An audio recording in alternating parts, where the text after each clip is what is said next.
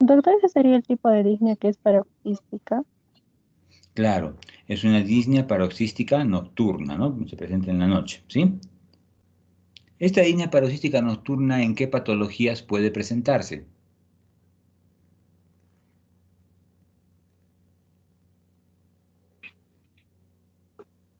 ¿Es exclusiva del corazón?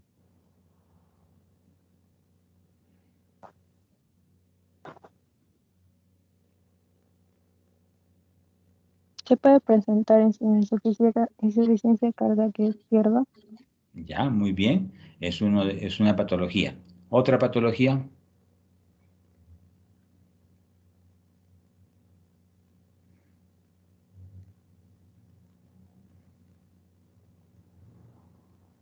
en cardiopatía isquémica. Claro, porque la cardiopatía isquémica va a dar insuficiencia cardíaca, ¿no? Si da insuficiencia cardíaca, va a presentar esa disnea paroxística nocturna. ¿Solo en patologías cardíacas hay la disnea paroxística nocturna o puede haber en otras patologías? También se puede presentar en patología pulmonar, Ya, muy bien. ¿Cómo cuál?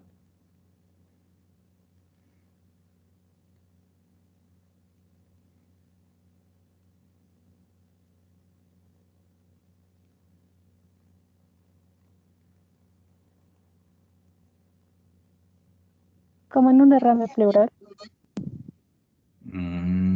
Podría ser, pero más sobre todo en cuadros bronquiales como asma o como EPOC, ¿no? En la que hay más disnea, ¿no? También en un derrame pleural, pero hay menos frecuente, pero más en un asma o un EPOC.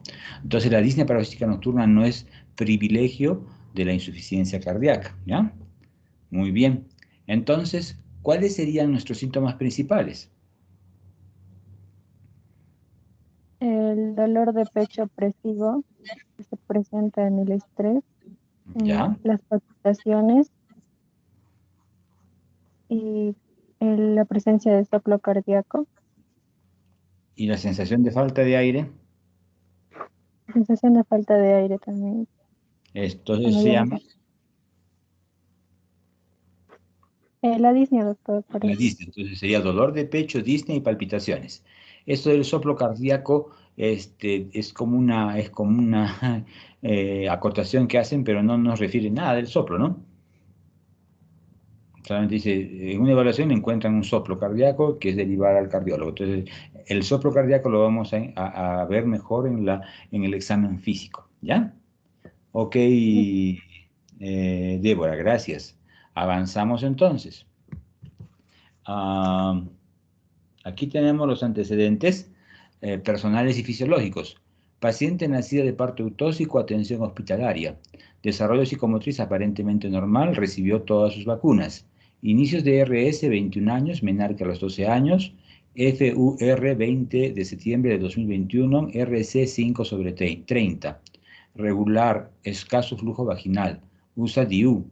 G1, C1, A0, HV2. Toma té 2 tazas por día, no café, no tabaco y no drogas. Alimentación balanceada. Desayuna una fruta, un pan y leche. Almuerza crema de verduras y solo una harina en el segundo. Cena una fruta y un mate o té. Vive en casa propia de material noble con todos los servicios. Tiene 5 habitaciones, viven 4 personas. Cría un perro y un gato. Recojo de basura 2 veces por semana. Psicosocioeconómicos, trabaja en una oficina de una empresa de textiles, ingreso mensual 2.500 soles, junto a su esposo mantiene el hogar, tiene buena relación con él, con sus hijos, son pequeños, sus suegros le ayudan a cuidarlos, duerme 7 horas en promedio. Angie, ¿qué te parece los antecedentes? ¿Están completos? ¿Hay algo relevante? Mm, sí está completo, doctor. Hasta ahora creo que todo está bien. Ya. ¿Qué significa FUR? Fecha de última regla. Ya. RC. Em, este, ay, ¿cómo se llama? No me acuerdo, doctor. Régimen catamenial. Ay, genial, sí, sí, sí. Ya. ¿Y qué significaría el 5 y qué significaría el 30? Mm,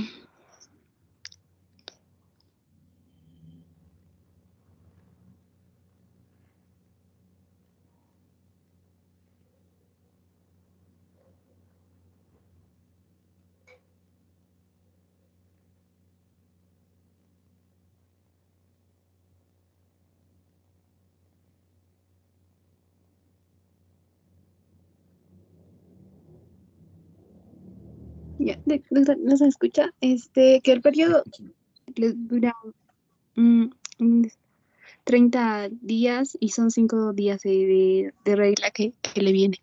Ya, claro, menstrua 5 días y el periodo viene cada 30 días, ¿no? Eso significa que es regular. Cuando describimos esto, puede haber alteración en los días de menstruación, o sea, que sean muchos días o pocos días, ¿no? Que haya mucho sangrado, ¿no? O puede haber alteración en el ciclo, que sean ciclos muy largos o ciclos muy cortos, ¿no? Entonces puede haber una polimenorrea, una oligomenorrea, ¿no es cierto? Como alteraciones, ¿sí? Una hipermenorrea, ¿no? También. ¿Y qué sería amenorrea?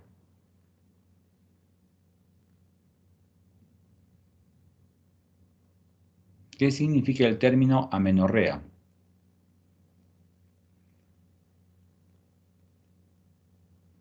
Que no le viene regla, doctor, Que no o le viene la ausencia. menstruación, ¿no es cierto? Entonces esa puede ser una amenorrea primaria, que desde que nació no le vino la regla, o una amenorrea secundaria. O sea, ya cuando empezó la pubertad, menstruó, y después, ¿no? En la adultez, por ejemplo, o ya por la edad, dejó de menstruar. Entonces una amenorrea secundaria, o cuando hay un embarazo, también puede haber una amenorrea secundaria, ¿no? ¿Y qué es el climaterio? ¿Y qué es la menopausia?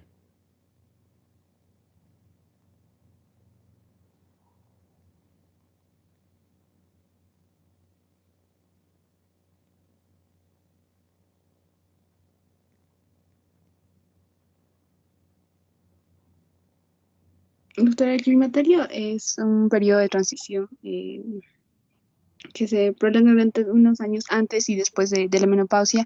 El caso de la menopausia ya es cuando ya bueno, en este caso las mujeres ya no tienen, no pasan ya su época de fertilidad, ya no tienen tampoco la menstruación La, y ya meno- marca un conjunto también de... la menopausia es la edad a la que dejó de menstruar, ¿no es cierto? Y climaterio es todos los síntomas y signos que acompañan a la menopausia, o sea, a la última menstruación, a la cuando ya dejó de menstruar, ¿no? Que pueden ser dolor de cabeza, dolores articulares, sudoración, bochornos, cambios del estado de ánimo, ¿no es cierto? Eso es parte del síndrome del climaterio, ¿no? Ya, muy bien. ¿Qué significa DIU?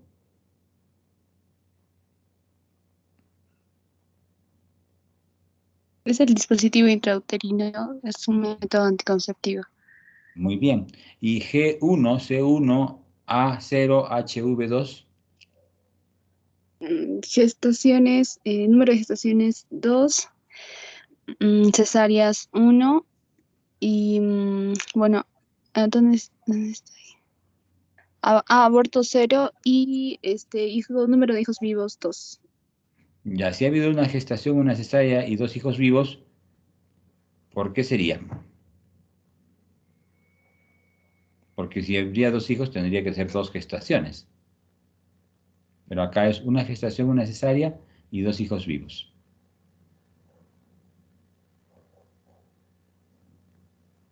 Es la fórmula obstétrica. Pero ¿qué significaría? Que esos hijos pueden ser. Mm, ¿Cómo, doctor? No lo entendí. Es la fórmula Ujú. obstétrica. Entonces, hay una gestación, una cesárea, cero abortos, hijos vivos dos. Entonces, la pregunta sería, ¿por qué hay dos hijos y solo una gestación? Am, ah, no sabría decirle, doctor. No sé si la cesárea lo incluye o Claro, si, porque si es hay una que me gestación y dijo, así. Sí, dime tú. Sí, un hijo, entonces si son dos hijos vivos sería uno por gestación normal y el otro que nació por cesárea. Entonces la fórmula estética O- tendría que ser G2, C1, P de parto 1, A de aborto 0, HV2, ¿no? Sí, doctor. Entonces significaría que estos dos hijos han nacido de la misma gestación, que pueden ser gemelos, ¿no? Sí. O la otra podría ser de que ha sido un hijo de la gestación y otro ha sido adoptado. También podría ser, ¿no? ¿Ya? Ahora, lo demás, sí, me parece que sí está bien, ¿no?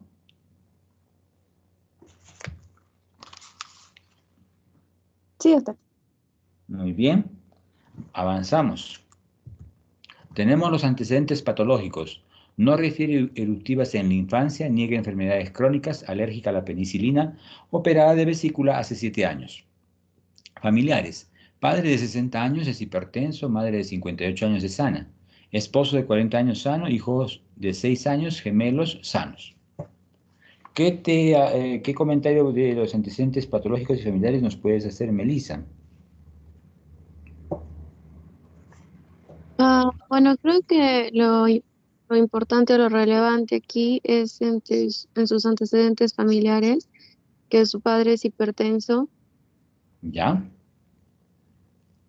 También en cuanto a patológicos, nos podría servir su alergia a la penicilina, o sea, deberíamos tenerlo en cuenta. Y lo demás me parece normal. Ya, muy bien. Operada de vesícula. ¿Cómo se llama cuando son operados de vesícula? Colecistectomía, Ya. Cuando son operados del apéndice.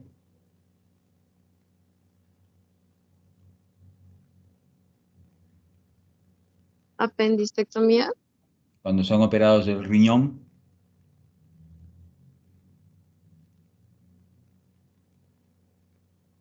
Por un tumor, por un cálculo, por una hidronefrosis.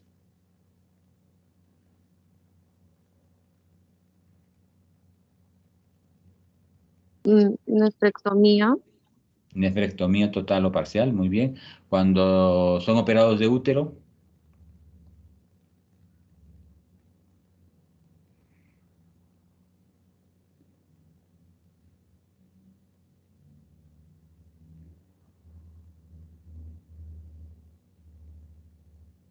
histerectomía, Histerectomía. Cuando son operados de ovario, por un quiste a pedículo torcido, por ejemplo.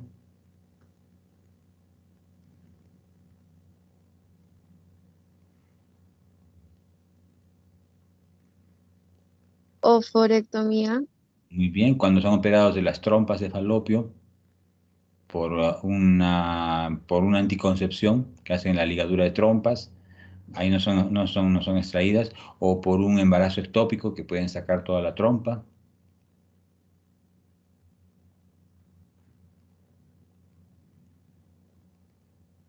O cuando operan del ovario y de la trompa.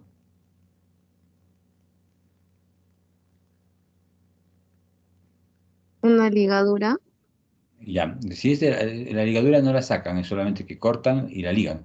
En cambio, cuando sacan la trompa por alguna patología, sería una salpingectomía. Y si es el ovario con la trompa, una óforo-salpingectomía, ¿no? Bien. Y cuando es un operado de hernia inguinal, hernia umbilical, hernia crural.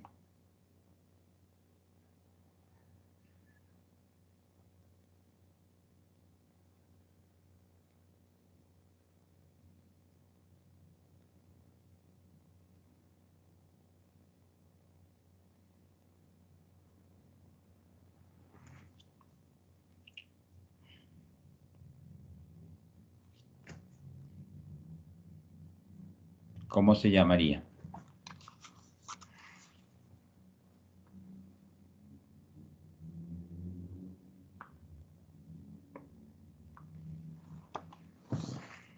Hernio, neorragia o hernio, hernioplastia. eso, hernioplastía, ¿no? Muy bien. Ok, gracias, Melissa. En el examen físico general tenemos buen estado general, buen estado de hidratación, buen estado de nutrición. Lúcida, orientada en tiempo, espacio y persona. Constitución normolínea. Fases compuesta, marcha normal. Memoria, cálculo, discernimiento normal. Presión arterial 140,55. Frecuencia cardíaca 68 por minuto regular. Frecuencia respiratoria 18 por minuto. Temperatura 36,5.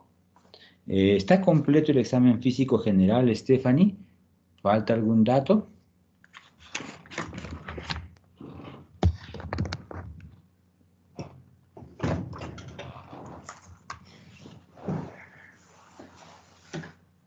Yo creo que sí, doctor, en cuanto al examen físico general. ¿Ya? ¿Está completo o falta algún dato?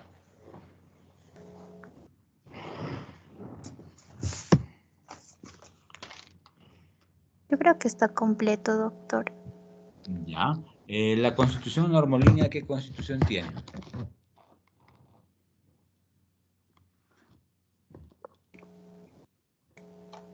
Disculpe, doctor. La constitución normolínea, ¿qué constitución tiene y a qué clasificación pertenece?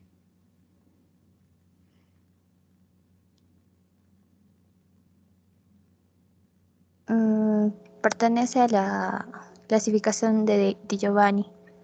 ¿Ya? ¿Y es delgado, grueso, normal? Es normal. Normal, ¿ya? ¿Las funciones vitales están normales o falta alguna? ¿O falta algo que consignar en esa parte?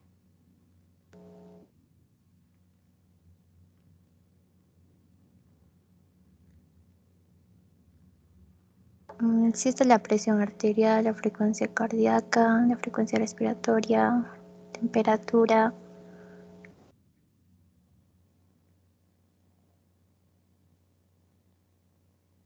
Quizás su talla y su peso. Ya, muy bien, el peso, la talla y por consiguiente el índice de masa corporal, ¿no? Corporal. Sí, Bien. doctor. Las funciones vitales consignadas, ¿todas son normales? La temperatura, sí, la frecuencia respiratoria también está entre los valores normales. La frecuencia cardíaca también. La presión arterial está eh, en la sistólica está elevada. Está alta, doctor. Ya, ok. Entonces está justo a partir de ese nivel ya consideramos hipertensión arterial. ¿Y la diastólica? Está disminuida. Ok. Algo te llama o sea, hay hipertensión, ¿no? Porque basta que uno de los dos esté en un nivel ya por encima de lo normal para hablar de hipertensión. No necesito que los dos estén elevados, ¿no? Sí, doctor. Ya. ¿Algo más te llama la atención en la presión arterial?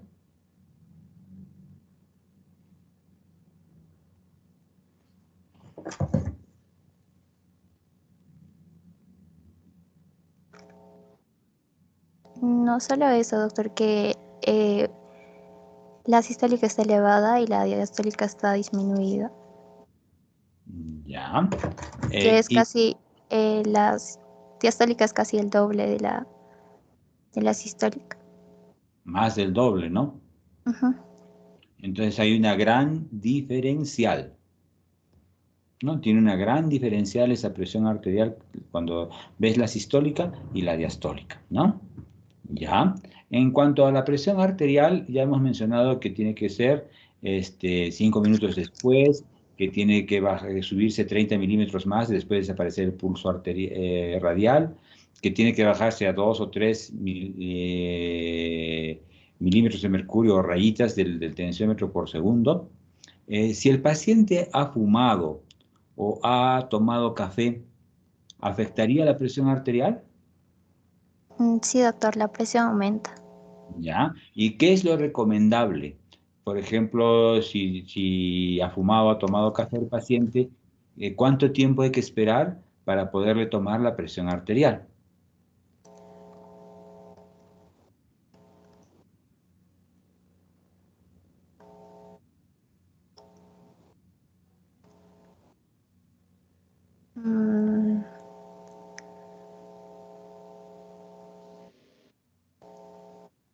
No, no me acuerdo, doctor.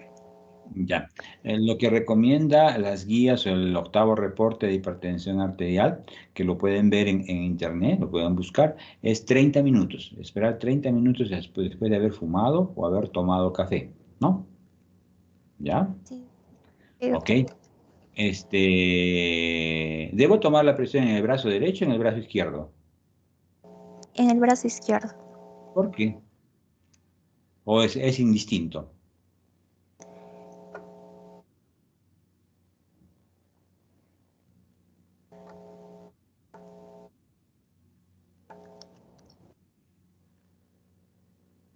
Sería por la ubicación del corazón, doctor. Ya. Igual, si nosotros revisamos estos reportes de hipertensión arterial o las guías de hipertensión arterial, es indistinto. Uno puede tomar en el brazo izquierdo o en el brazo derecho, ¿no? ¿Y la depresión entre ambos brazos debe ser igual o puede haber alguna diferencia? Hasta donde recuerdo, doctor, creo que hay cierta diferencia entre el brazo derecho y izquierdo. Ya puede haber una diferencia. ¿De cuántos milímetros de mercurio puede ser la diferencia?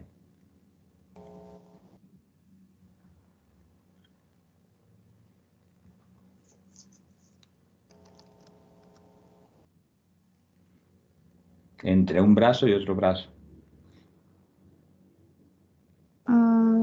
De 10 a 15 milímetros de mercurio. Hasta 10 milímetros de mercurio, ¿no? Entonces, si hay más diferencia, ya nos hace sospechar en alguna patología de la aorta, ¿no? ¿Ya? Sí, doctor. Ya, muy bien.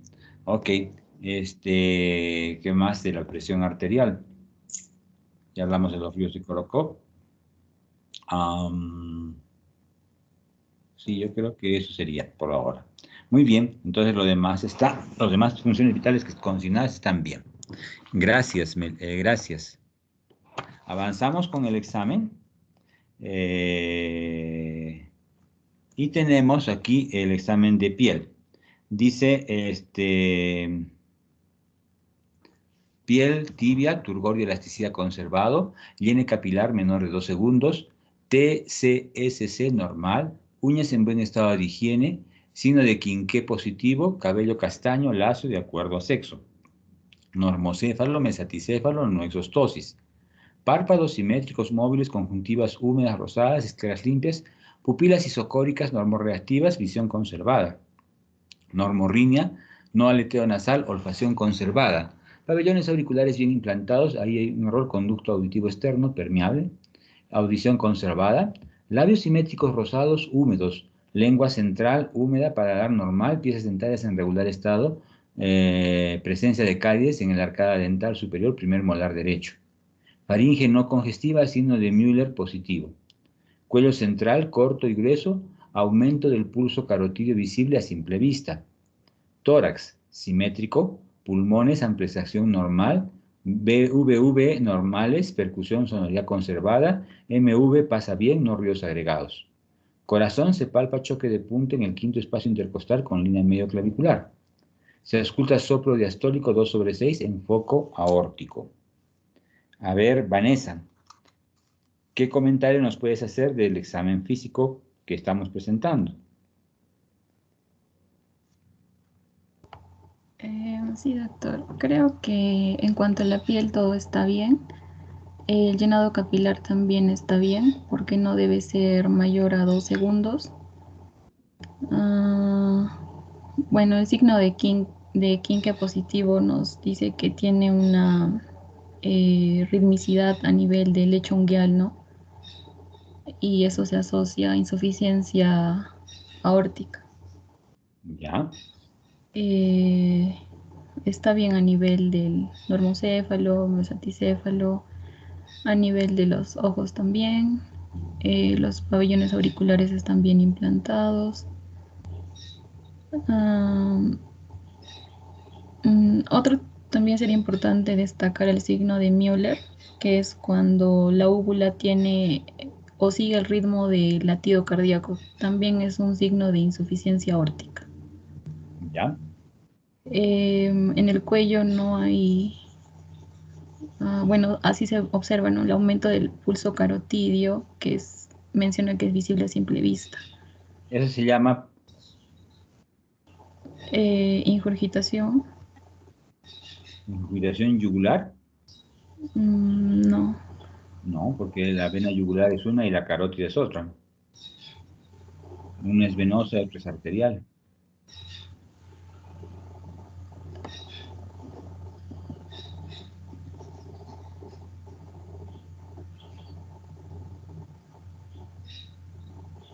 El pulso de Corrigan.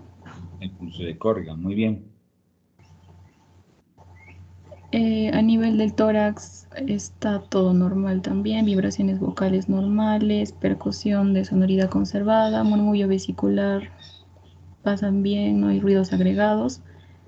El choque de punta también tiene una buena localización a nivel del quinto espacio intercostal y se puede auscultar un soplo diastólico de grado 2 en el foco aórtico.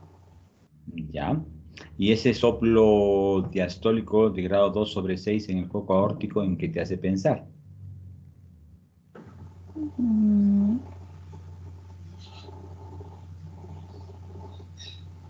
En una insuficiencia aórtica. En una insuficiencia aórtica, muy bien. ¿Están todas las características del soplo que se deben describir o falta alguna? Le falta, creo, la...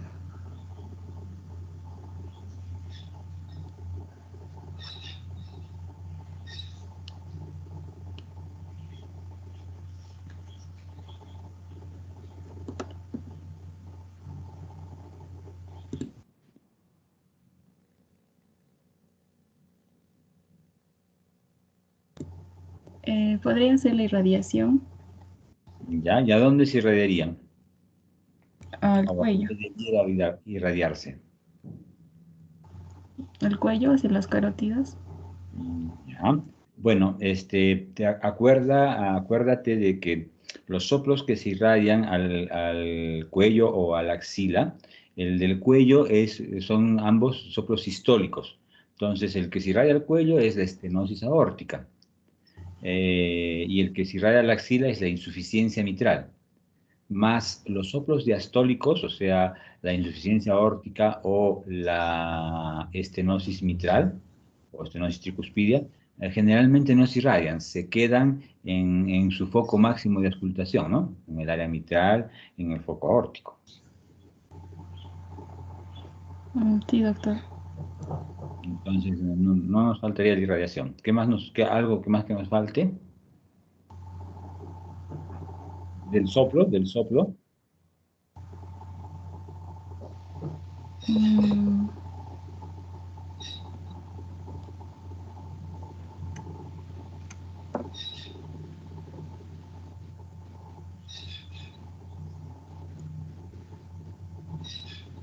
no me acuerdo, doctor. Ya, tiene que ver si es sistólico, diastólico, o es en los dos tiempos, si es al inicio de la sístole, a la mitad o al final, ¿no es cierto?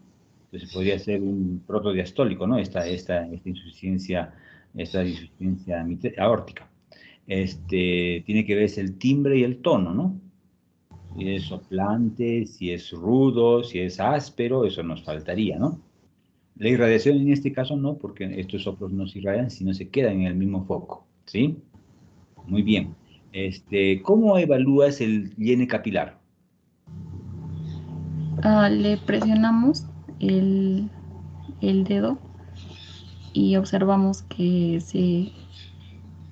o sea, que el retorno sea rápido, ¿no? El retorno de sangre sea rápido. Claro, entonces presionamos el lecho unguial, o sea, la parte libre de la uña, hasta que normalmente la uña es rosadita, si apretamos se vuelve blanca, soltamos y en menos de 2 segundos tiene que volver a ser rosadita. Si está prolongado significaría que hay mala oxigenación, mala perfusión, ¿no? Eso significaría. Muy bien. ¿Qué significan pupilas isocóricas? Que tienen el mismo diámetro. Muy bien. Y cuando una es más chiquita y otra es más grande, una es más miótica y otra es más midriática, ¿cómo se llamaría eso? Anisocórica. Anisocóricas. Y normalmente la pupila tiene una forma circular. Cuando pierde esa forma circular, como en el ejemplo del coloboma, ¿cómo se llamaría eso? Pupilas. Ah,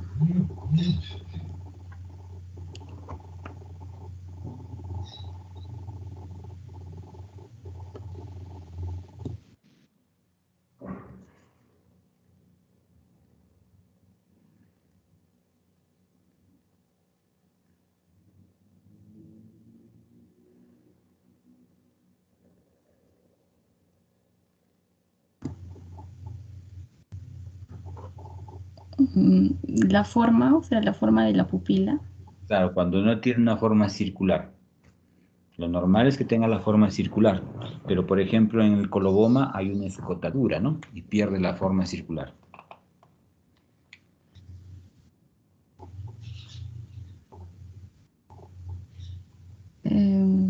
Discóricas. Pupilas discóricas. ¿Qué significa TCSC, que está en el primer renglón? Tejido celular subcutáneo. Ya, muy bien. Ok, con el signo de Quinqué, el signo de Müller, el pulso de Corrigan y el SOP, esos signos, me has dicho que son signos de Insuficiencia aórtica. centrales o periféricos. Periféricos. Periféricos. ¿Cuál sería el signo central?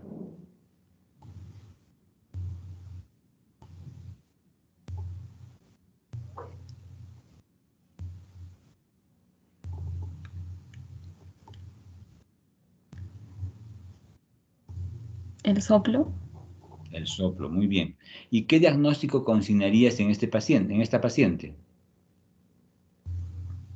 Un síndrome valvular. Muy bien, 2 puntos. Insuficiencia aórtica. Insuficiencia aórtica, muy bien. ¿Podrías decir la severidad? ¿Te acuerdas de la clase de ayer, de la exposición de ayer, cuándo hay severidad en cuanto a los signos centrales?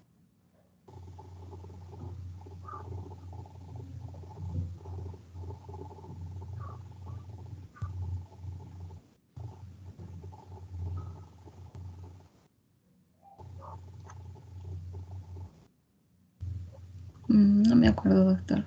Ya, cuando hay severidad, no solamente se escucha un soplo diastólico, sino que puede haber un soplo mesodiastólico de rodamiento, ¿no? Que se llama soplo de, ¿te acuerdas? Durosies. No, ese es el Durosies. ritmo de Durosies. El ritmo de Durosies es en la estenosis mitral, ¿no? Primer ruido brillante, chasquido de apertura, rodamiento y refuerzo presistólico o refuerzo protodiastólico. De distólico, perdón.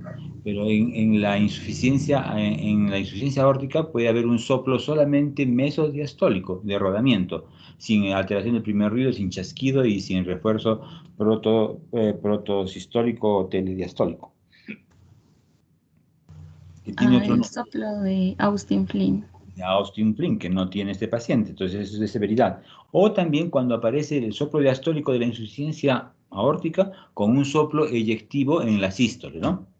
Como si hubiese una pseudo estenosis aórtica, ¿no? Un soplo mesosistólico que haría pensar en una estenosis aórtica, ¿sí? ¿Ya? Muy bien, entonces no hay esos soplos y por ello podríamos pensar que es algo leve, ¿no? Ahora, ¿te acuerdas también en la clínica cuál era?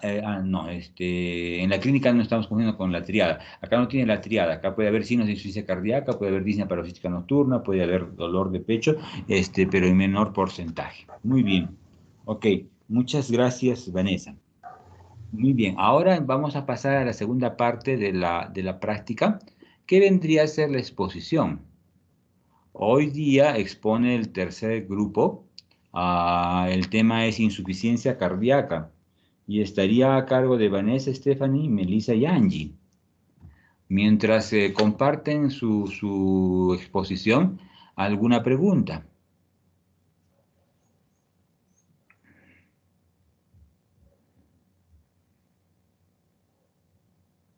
La insuficiencia aórtica es la valvulopatía que tiene más signos, ¿no? Es la que tiene más signos, la insuficiencia aórtica. ¿ya? Y la estenosis aórtica es la valvulopatía más frecuente por causas degenerativas. En cambio, la valvulopatía mitral es la causa es reumática, la causa más frecuente.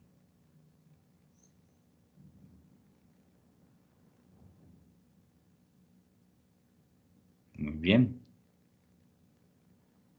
¿Alguna pregunta?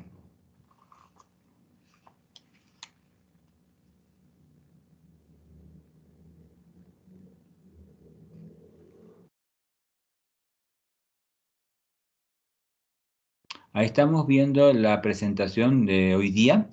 Entonces, podemos comenzar.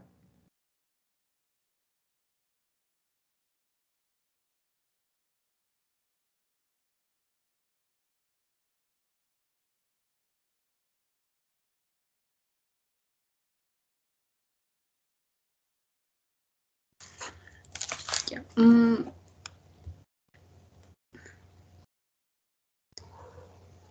Buenas tardes, doctor, compañeras. En esta oportunidad vamos a presentarles el tema de insuficiencia cardíaca. Siguiente diapositiva.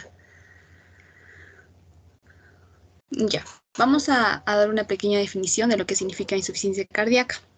Y esta es toda condición en la que el corazón no es capaz de bombear toda la sangre que el organismo necesita. Y esto se debe a la incapacidad de los ventrículos para inyectar sangre o para llenarse sin un aumento de presión auricular compensatorio. Dentro del síndrome clínico que abarca esta insuficiencia cardíaca podemos encontrar disnea, fatigabilidad y pueden estar asociadas o no a retención hídrica. Siguiente diapositiva.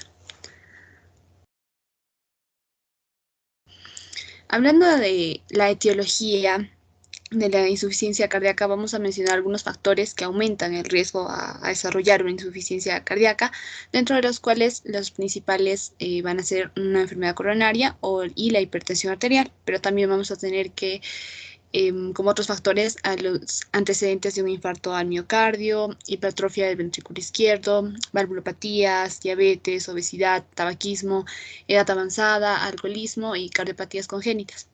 En los factores desencadenantes y o agravantes también de la insuficiencia cardíaca vamos a tener el abandono o disminución de la medicación, la ingesta inadecuada de sal, excesos alimentarios, físicos, también tromboembolia pulmonar, arritmia, insuficiencia valvular, miocarditis, anemia y diabetes descompensada.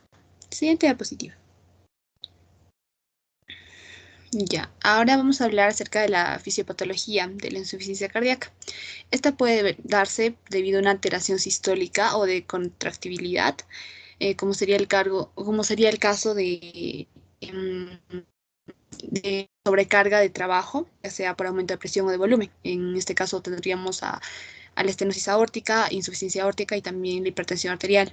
También podemos mencionar la falta de contractibilidad intrínseca, que sería en forma de la miocardiopatía dilatada, enfermedad coronaria, miocarditis, y también vamos a tener alteraciones diastólica, una alteración diastólica o de llenado ventricular, que puede darse por un obstáculo en el llenado, ya sea por una estenosis mitral o un mixoma auricular, o también por disfunción diastólica, que puede darse por miocardiopatía hipertrófica, hipertensión arterial o enfermedad coronaria. Todos estos cuadros lo que van a hacer es que el cuerpo haga un proceso adaptativo para tratar de compensar este problema, y lo que va a generar un aumento del trabajo cardíaco, aumento de la tensión sobre las paredes del corazón, y que por consiguiente va a finalizar en un estiramiento celular, una hipertrofia o dilatación. Siguiente diapositiva.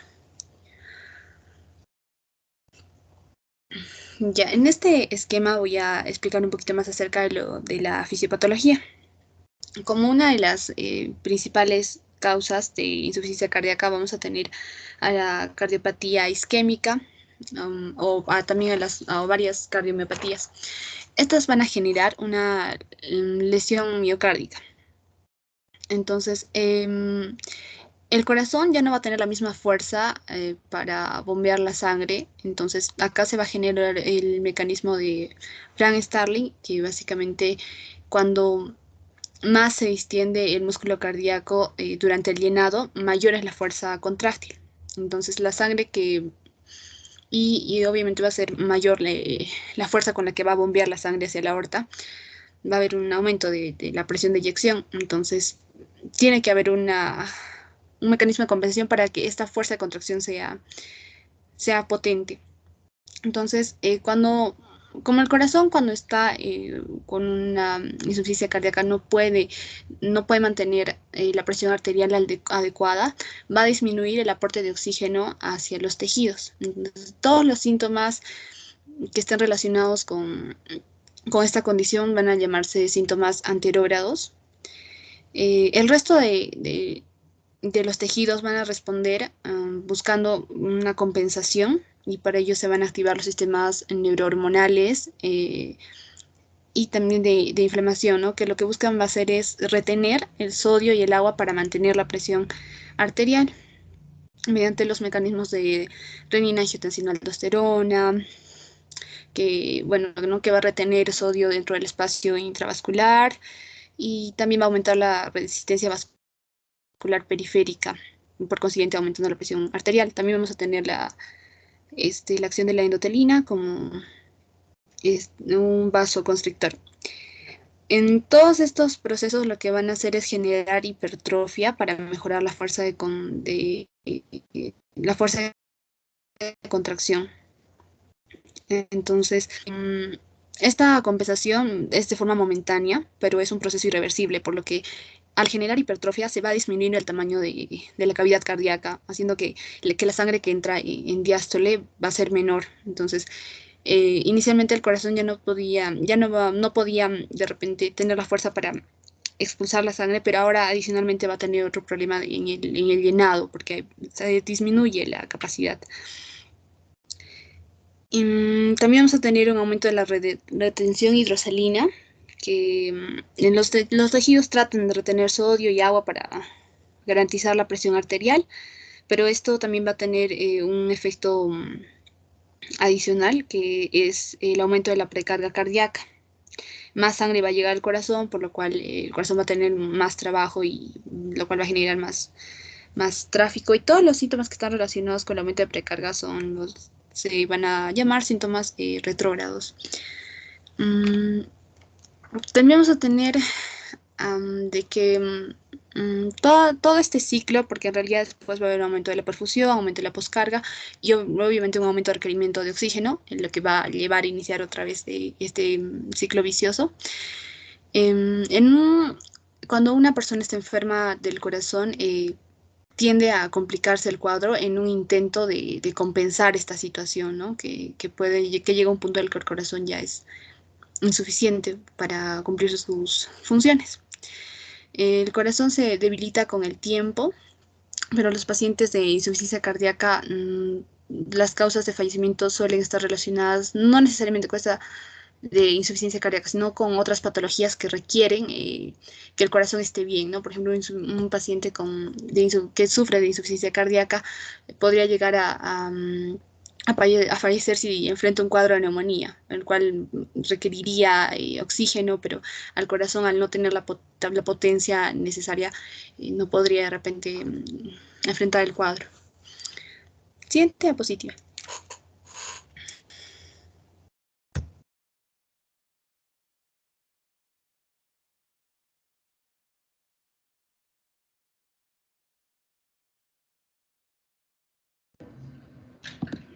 Ya. Ahora en cuanto a la clasificación que vamos a tener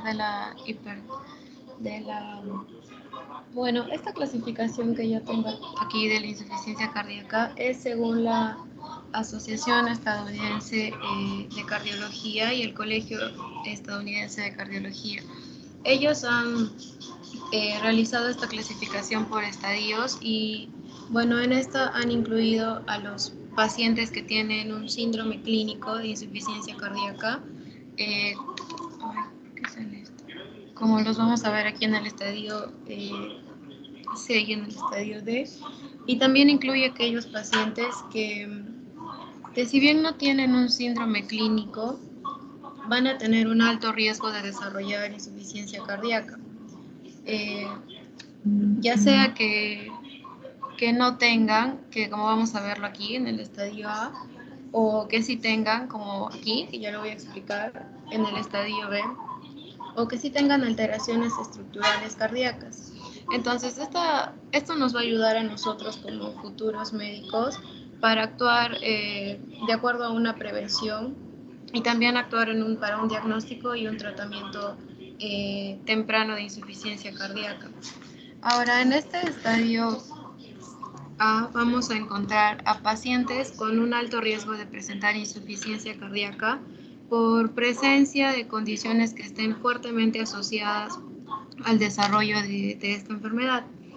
Estos pacientes no van a presentar una anomalía estructural o funcional que vaya a ser identificada del pericardio, del miocardio o de las válvulas cardíacas y nunca han presentado síntomas o signos de insuficiencia cardíaca. Como ejemplos de este tipo de pacientes que van a pertenecer a este estadio, tenemos pacientes con hipertensión arterial, enfermedad coronaria, diabetes mellitus, antecedentes de tratamiento con agentes cardiotóxicos o abuso de alcohol, antecedente personal de una fiebre reumática o antecedente familiar de una miocardiopatía. Y en este estadio B vamos a tener a pacientes que han desarrollado cardiopatías estructurales y que están realmente muy asociadas con el desarrollo de una insuficiencia cardíaca, pero a pesar de ello nunca han presentado síntomas o signos de esta afección. Como ejemplo tenemos la hipertrofia o fibrosis del ventrículo izquierdo, dilatación o la hipocontractibilidad del ventrículo izquierdo, valvulopatía sintomática o infarto o un previo infarto agudo de miocardio. En el estadio C vamos a encontrar pacientes con antecedentes o síntomas actuales de insuficiencia cardíaca y que están asociados a una cardiopatía estructural ya desencadenada o subyacente a este. Como ejemplo de estos, de pacientes que van a formar parte de este estadio, tenemos a pacientes que han tenido disnea o fatiga, que pueden ser debido a una disfunción sistólica del ventrículo izquierdo, a pacientes asintomáticos que están en curso de un tratamiento por síntomas previos a una insuficiencia cardíaca.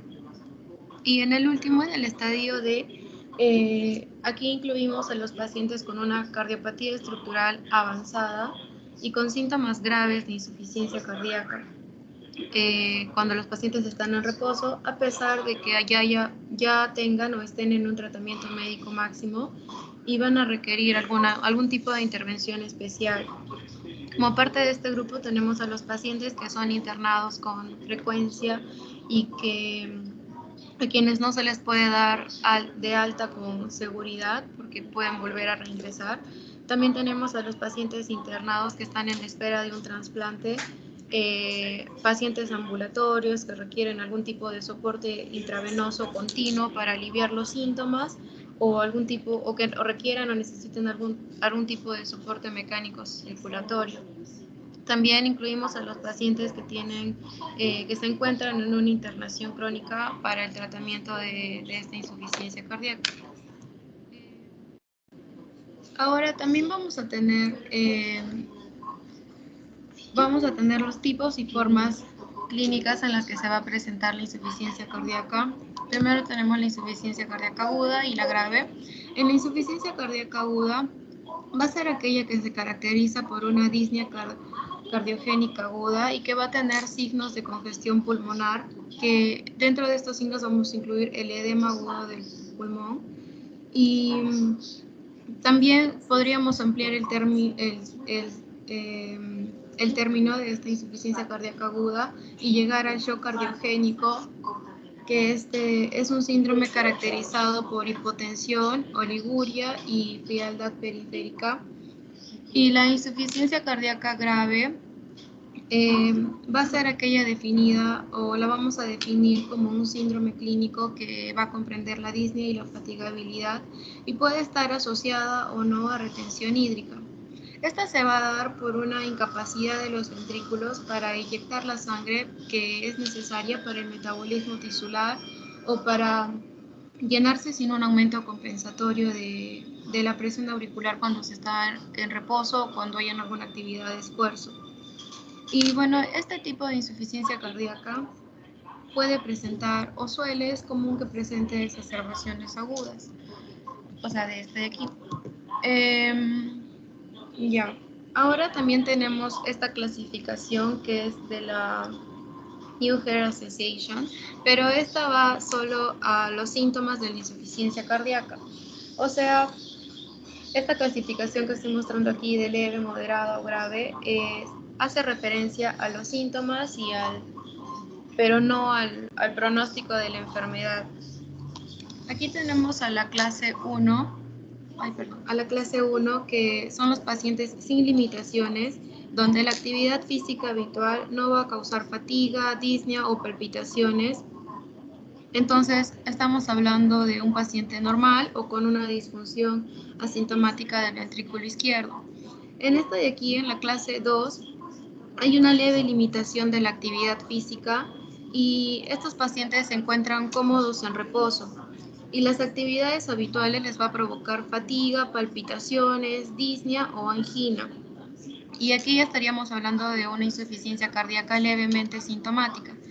En la clase 3 ya hay una marcada limitación de la actividad física, aunque estos pacientes se pueden sentir cómodos en situaciones de reposo. Las actividades físicas que requieren menores esfuerzos,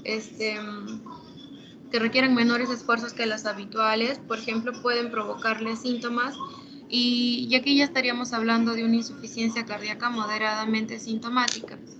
Y en esta de aquí, en la clase 4, ya va a haber una incapacidad de desarrollar cualquier tarea sin que haya incomodidad. Entonces, los síntomas de la insuficiencia cardíaca congestiva van a estar presentes aquí, aun cuando el paciente se encuentra en reposo. Y bueno, estos pacientes van a experimentar un aumento de la incomodidad, obviamente, con cualquier incremento de la actividad física. Y entonces aquí estamos hablando de una insuficiencia cardíaca gravemente sintomática.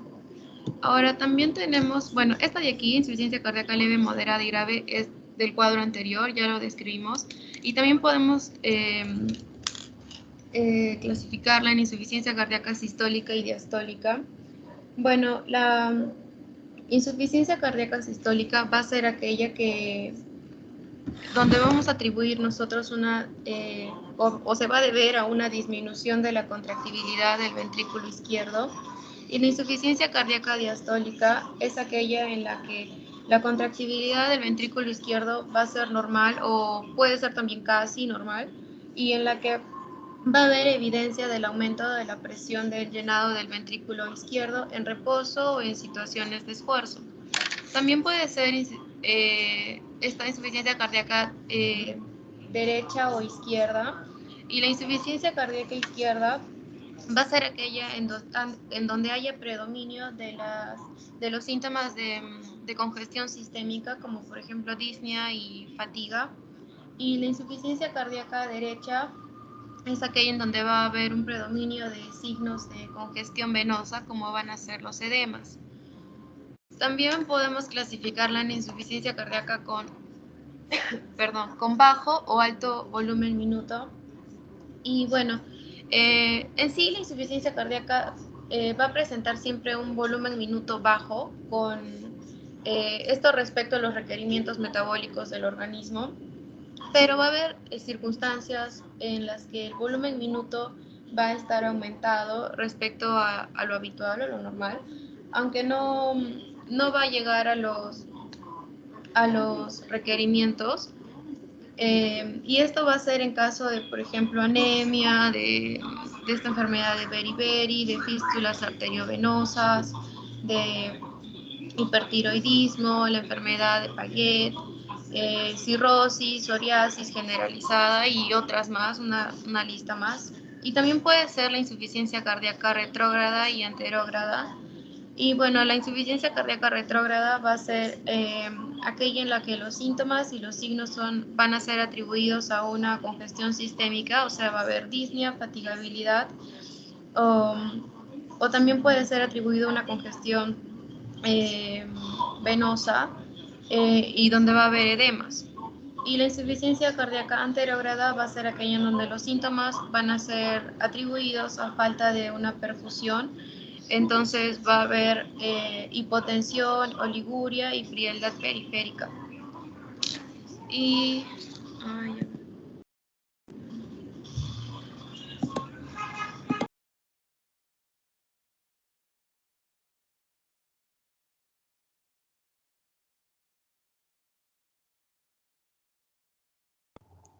continuando con la clínica, tenemos que saber que la insuficiencia cardíaca se va a caracterizar porque tiene un cortejo sintomático que va a ser amplio y también variable.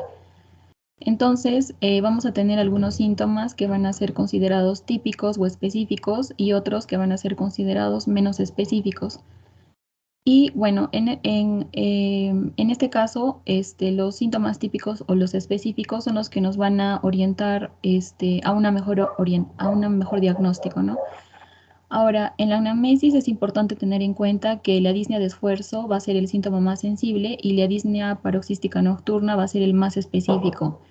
Y en el examen físico, el desplazamiento del ápex va a ser el signo más específico que vamos a tener al momento de hacer el diagnóstico. Siguiente, por favor. Bueno, ahora estamos observando en la diapositiva todos los síntomas que pueden presentarse en todas las esferas, a nivel cardiovascular, a nivel pulmonar, a nivel gastroenterológico, neurológico y renal.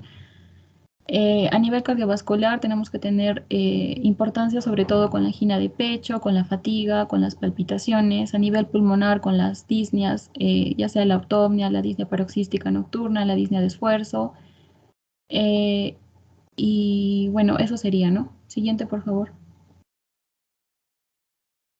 Ya, hablando específicamente de la disnea, esta se va a caracterizar por ser un síntoma que es frecuente en pacientes con insuficiencia cardíaca. Como sabemos, la disnea es una sensación subjetiva de falta de aire que nos refiere el paciente durante la entrevista y generalmente la va a narrar como si fuera una sensación de incomodidad al momento de respirar. La desventaja de este síntoma va a ser que es poco específico, quiere decir de que no solamente se va a presentar en condiciones cardiovasculares, sino también pulmonares, como por ejemplo las enfermedades pulmonares obstructivas crónicas como el asma. La explicación de por qué se da la disnea se debe a que va a haber un aumento de la presión venocapilar pulmonar. También, según la literatura, se incluyen algunas otras alteraciones hemodinámicas como la hipertensión pulmonar o la disminución de la perfusión pulmonar. Todo ello va a hacer que el paciente desarrolle una hiperventilación en reposo y al esfuerzo. Y esto va a generar alteraciones a nivel del patrón y del ritmo respiratorio. Entonces, lo que es importante es determinar, una vez que hemos identificado la disnea, es importante conocer el estado funcional del paciente.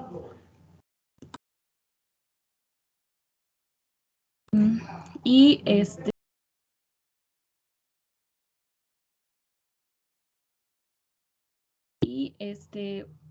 una vez que lo hemos identificado, vamos a determinar el umbral de la disnea en cada paciente, cómo y cuándo aparece, ¿no? Y esto nos va a permitir conocer el estado funcional del paciente y la condición en la que se encuentra. También nos va a permitir hacer una evolución y evaluar la condición clínica. Siguiente, por favor.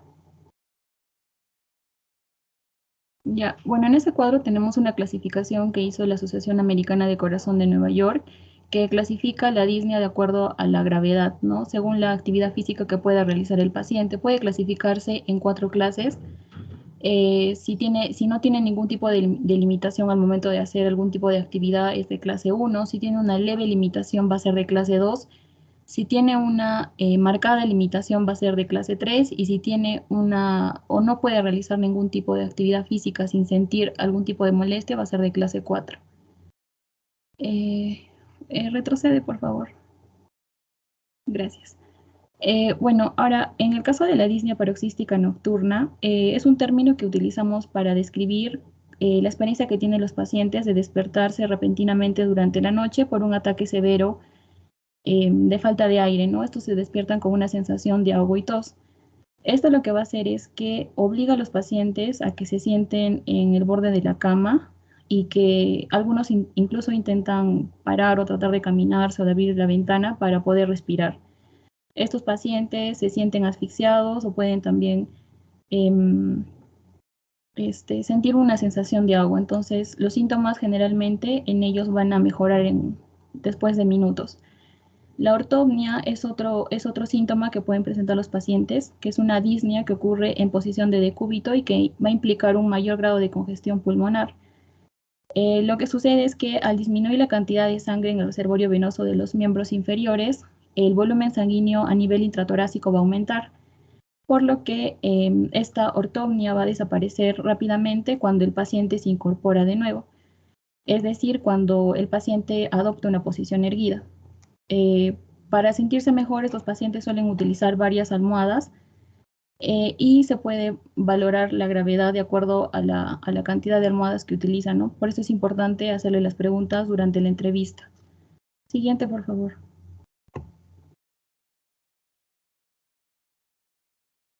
Entre las otras manifestaciones clínicas que tenemos que tener en cuenta, también se encuentra la fatiga, que es un síntoma muy importante en insuficiencia cardíaca.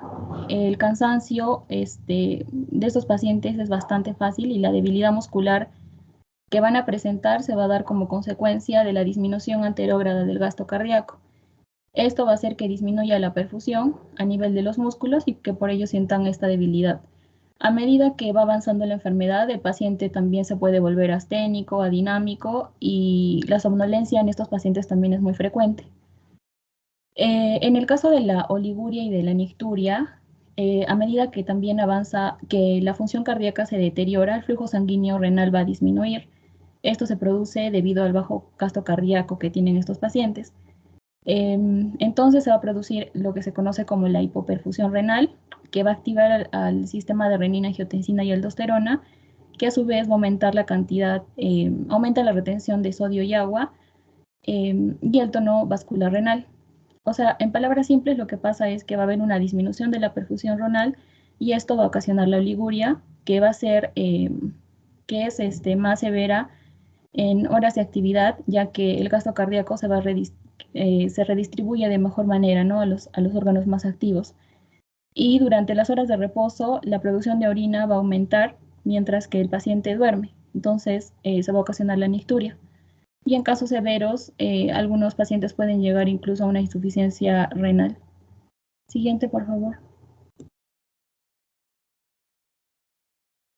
En cuanto a los signos, al igual que los síntomas, pueden afectar una serie de esferas a nivel cardiovascular. Se puede producir la distensión de las venas del cuello, la reflujo abdomino-yugular o hepatoyugular, el choque apexiano desplazado hipercinético, los latidos torácicos, el ritmo de galope, los soplos, los frotes pericárdicos y el primer y segundo ruido disminuidos. A nivel pulmonar podemos encontrar estertores crepitantes, roncus, frote pleural, sibilancias, derrame pleural. Estos son signos ya menos específicos. A nivel abdominal también, relacionados con el edema, con la citis, la esplenomegalia, el pulso hepático, ruidos abdominales disminuidos a nivel neurológico y a nivel sistémico. Siguiente, por favor. En cuanto al edema, lo más importante que debemos conocer es que la presión venosa sistémica va a incrementarse por la disfunción del ventrículo derecho y esto va a promover a que se produzca una extravasación de los líquidos y se forme consiguientemente el edema. El edema se va a formar sobre todo en áreas de declive del cuerpo, como son los pies y los tobillos, por el efecto de la gravedad. También puede afectar algunas vísceras abdominales y generalmente es el hígado el que es el más afectado. En el caso de que se acumule este líquido a nivel de la cavidad peritoneal, vamos a tener lo que se conoce como la citis. Ahora, también existen varios factores que se relacionan con la aparición de los edemas, como son la inactividad física, las alteraciones de la perfusión renal o la activación de la respuesta neuromoral como resultado de la retención de agua y de sodio. Ahora, las características de este edema van a ser que son de inicio gradual, es progresivo, localizado en los miembros inferiores, es de predominio vespertino, o sea que se va a presentar principalmente o sea, el paciente despierta normal y conforme va pasando el día va a comenzar a hincharse, ¿no? Debido a la retención de líquidos. Esto nos va a ayudar a diferenciar del edema hepático y del edema renal, que son de tendencia matutina. Va a aumentar cuando el paciente está de pie y disminuye cuando el paciente se acuesta, porque va a haber la redistribución del líquido y puede acompañarse de otros síntomas o signos como la disnea o la hepatomegalia. En cuanto al edema pulmonar, básicamente es por una disfunción del ventrículo izquierdo. Lo que va a pasar es que el monóxido de carbono va a disminuir y va a aumentar la presión venosa pulmonar. Entonces, esta presión capilar pulmonar va a acceder a la presión oncótica de las proteínas plasmáticas y esto va a ocasionar que el líquido se extravase de los capilares hacia el espacio intersticial y a los alvéolos. Y esto obviamente va a disminuir la distensibilidad pulmonar y el aumento del refuerzo respiratorio. Esto también sería cómo se explicaría la disnea, ¿no? Siguiente, por favor.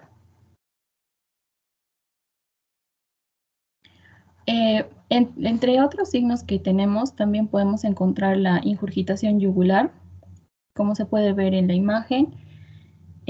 También está el ritmo de galope y otra alteración que se conoce como el galope en suma.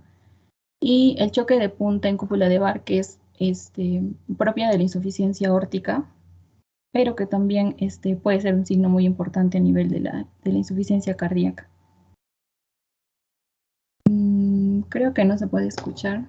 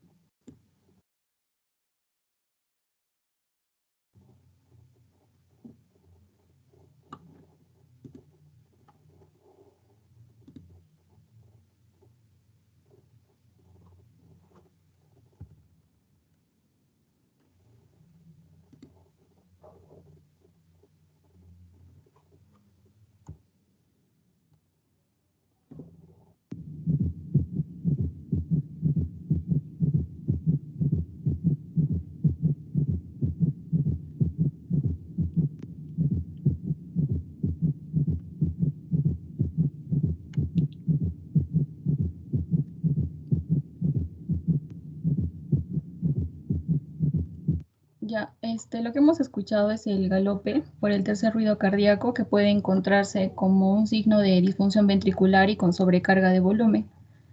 El requisito para la caracterización de este ritmo de galope va a ser la presencia de una taquicardia concomitante.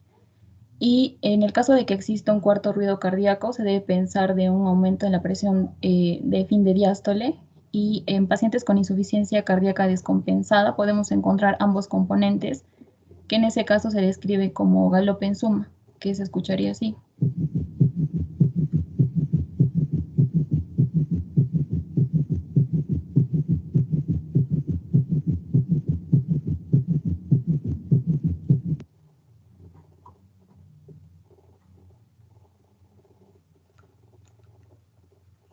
Bueno, continuando con el diagnóstico.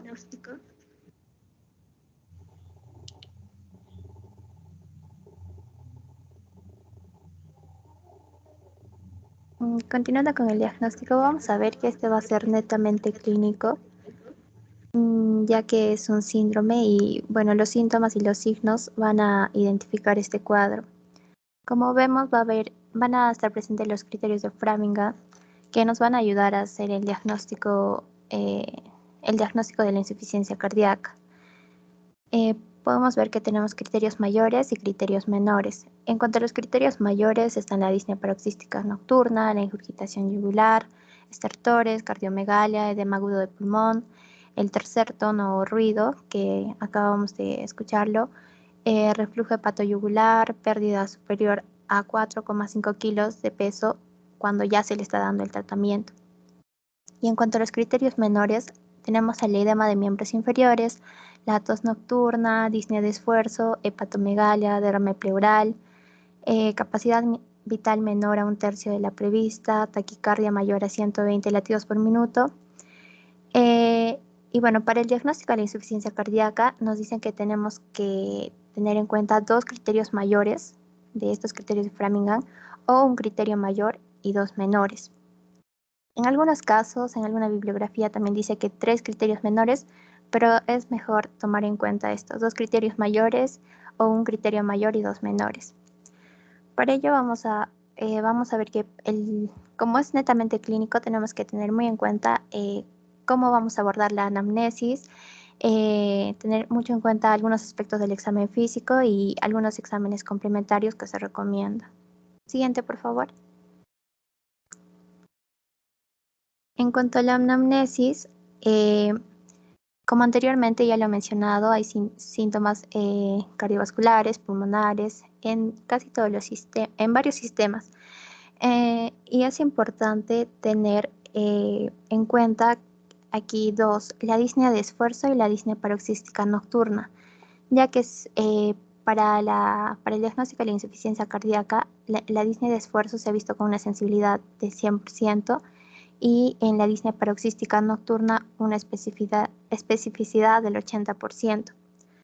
También es importante tener en cuenta tanto los antecedentes como la medicación que recibe el paciente, ya que estos nos van a ayudar al diagnóstico. Hay algunos esquemas que se han desarrollado para facilitar las preguntas que se deberían hacer en la anamnesis, que serían importantes para el diagnóstico de la insuficiencia cardíaca. A este se le denomina fases, que aborda la fatiga, la actividad, el confort, los edemas y la sofocación, que son síntomas que ha mencionado anteriormente una de las compañeras. Entonces, una de las preguntas sería, ¿se fatiga más fácilmente con sus actividades habituales? En cuanto a la fatiga, ¿no? ¿Ha modificado sus actividades o ejercicio? En cuanto a la actividad, ¿se encuentra confortable al subir un piso de escalera? Aquí le podemos decir se encuentra confortable o cómodo, o utilizar términos que el paciente entienda. Luego, ¿ha tenido alguna vez edemas o hinchazón? Generalmente los pacientes refieren a los edemas como hinchazón. Luego, ¿ha tenido alguna vez falta de aire o algún tipo de sofocación? Esas serían preguntas importantes para tener en cuenta. Siguiente, por favor. Luego tenemos el examen físico. Aquí también tenemos que tener en cuenta los signos que anteriormente también fueron mencionados, y se debe tener un buen registro tanto de la tensión arterial, de la frecuencia cardíaca, del ritmo y las características del pulso, de la frecuencia y el patrón respiratorio que tiene el paciente. Aquí es importante, en cuanto al examen físico, se resalta mucho el desplazamiento del ápex, que tiene una especificidad y una sensibilidad mayor a los demás signos. También está la distensión venosa yugular, que tiene una especificidad del 98%, que esto también es importante. Y nos dicen que el antecedente de infarto de miocardio tiene un mayor valor pronóstico positivo y también un valor pronóstico negativo. Siguiente, por favor. En cuanto a los exámenes complementarios, vamos a ver que se refieren muchos como estudios de laboratorio, electrocardiograma, entre otros que vamos a ver más adelante. Pero en este caso tenemos a los estudios de laboratorio, que básicamente aquí tenemos una lista como el hemograma completo, la función renal, el ionograma. Por ejemplo, el hemograma completo se tiene que, o se recomienda hacerlo, ya que la anemia puede exacerbar o precipitar la insuficiencia cardíaca preexistente, y esto va a ser un factor pronóstico adverso. En cuanto a la función renal, la insuficiencia renal se puede confundir o puede confundirnos con el diagnóstico de la insuficiencia cardíaca, y la insuficiencia cardíaca también puede empeorar esta insuficiencia renal. Entonces se debe controlar cuando se emplean los inhibidores de la enzima de conversión de la angiotensina, es decir, la IEC.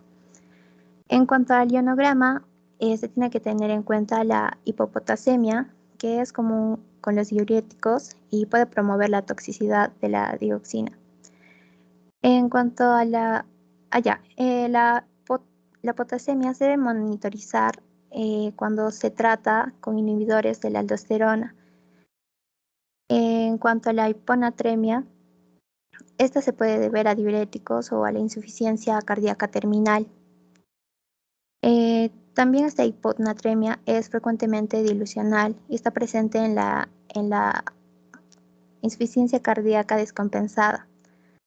Y así tenemos los demás exámenes como la glucemia, que es importante en la diabetes, ya que la insuficiencia cardíaca descompensada puede descompensar esta diabetes.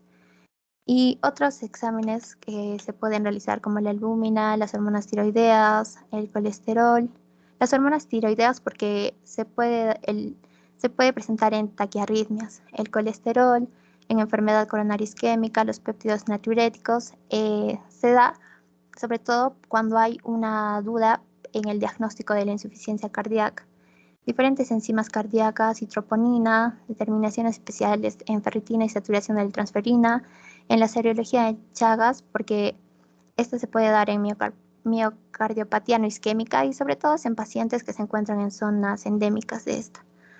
Serologías virales como el Coxsackie-B, el VIH, cuando hay sospecha de miocarditis, y diferentes anticuerpos. Siguiente, por favor. En cuanto al electrocardiograma, vamos a ver que las alteraciones aquí van a ser frecuentes y que van a reflejar cambios estructurales del corazón. Generalmente no va a indicar la etiología, pero va a determinar el ritmo cardíaco y las arritmias. Se van a presentar ondas Q patológicas, que esto se da en la presencia de la secuela de infarto de miocardio. Como vemos aquí, van a haber diferentes características. En las ondas Q, cambios en el segmento S y T, la hipertrofia del ventrículo izquierdo, la fibrilación auricular, el bloqueo de la rama izquierda o derecha, complejo QRS pequeño, taquicardia sinusal, bradiarritmias, y ahí podemos ver las implicancias que estas tienen. Siguiente, por favor. Bueno, ahí podemos ver un ejemplo de un electrocardiograma. Bueno, las arritmias ventriculares van a ser principalmente o la principal causa de muerte súbita. Y este va a ser el evento final de casi el 35 al 50% de los pacientes con insuficiencia cardíaca. Siguiente, por favor. En cuanto a la radiografía del tórax, vamos a ver que las principales características van a ser la cardiomegalia, los signos de congestión venocapilar, la redistribución del flujo vascular pulmonar hacia los vértices, es decir, edema intersticial pulmonar. Como vemos en la imagen A se presenta la cardiomegalia, se puede observar claramente, y en la imagen B la redistribución del flujo hacia los vértices con imagen en asta de ciervo. Siguiente, por favor. Lo más importante aquí en la radiografía de tórax es la hipertensión venocapilar pulmonar, ya que se puede dar por grados. Podemos ver el grado 1 en la primera imagen, que vamos a ver los cilios ensanchados, que van a tener más de 15 milímetros. Luego vamos a tener en el grado 2 un moteado difuso fino. En el lado como un infiltrado intersticial en el lado derecho. En el grado 3 vamos a ver ya las líneas B de Gerli o derrames en las fisuras. Como se puede ver, donde está apuntando la flechita. Y en el grado 4 ya vamos a ver las alas de mariposa, que ya se da como un edema pulmonar que se ve, podemos ver medio borroso. Siguiente, por favor. Otros exámenes complementarios serían el ecocardiograma y Doppler, que básicamente lo vamos a utilizar para la evaluación y el seguimiento. Podemos ver que nos va a poder dar las características de la dimensión del ventrículo izquierdo, la masa del ventrículo izquierdo, el grosor parietal relativo, la función sistólica, la dimensión de la aurícula izquierda, entre otras patologías. Siguiente, por favor. Y ahí podemos ver un ecocardiograma Doppler. En el lado, esta también es otra imagen de un ecocardiograma. Vemos lo normal en la parte superior y abajo podemos ver cuando ya hay insuficiencia cardíaca, cuando hay disfunción sistólica. Siguiente, por favor. Y otros exámenes complementarios serían la resonancia magnética cardíaca, que sobre todo es para el diagnóstico de la miocarditis y otras miocardiopatías específicas, hablando en este caso de la amiloidosis o la enfermedad de Fabry. Y otras técnicas radioisotópicas como el ventriculograma radioisotópico, que nos van a dar los volúmenes del ventrículo izquierdo y la fracción de eyección. Siguiente, por favor. En cuanto al enfoque diagnóstico, vamos a sospechar de una insuficiencia cardíaca por los signos y síntomas. Entonces se va a tener que hacer una evaluación de cardiopatía, tanto por el electrocardiograma o también se puede hacer por el péptido natriurético, si es que se dispone. También se puede hacer otros exámenes complementarios para excluir otras condiciones, como ya dije, la radiografía de tórax, laboratorio, glucemia, etc. Cuando estas pruebas van a ser normales, va a ser improbable el diagnóstico de la insuficiencia cardíaca y se tiene que considerar algún otro diagnóstico. Y si estas dos pruebas van a resultar anormales o si estas dos pruebas van a resultar anormales, se va a realizar la ecocardiografía que ya vimos anteriormente. Si esta va a ser anormal, se tiene que hacer una evaluación de la gravedad de la etiología, los factores precipitantes y el tipo de disfunción cardíaca. Si este va a ser normal, la insuficiencia cardíaca también va a tener una probabilidad muy baja y va a persistir si persiste una duda, se tiene que descartar la insuficiencia cardíaca diastólica. Siguiente, por favor. Eso es todo, doctor. Gracias. Ok, bien la exposición. Pasamos entonces a una ronda de preguntas, ¿ya? A ver. María Fernanda, ¿qué cosa sería la insuficiencia cardíaca? La insuficiencia cardíaca, doctor, va a ser toda condición en la que el corazón no va a ser capaz de bombear toda la sangre que nuestro organismo va a necesitar. Esto es por la incapacidad de los ventrículos que para inyectar sangre o para llenarse sin un aumento de la presión auricular. Ya. ¿Y a qué se deberían? ¿Qué causas tendría?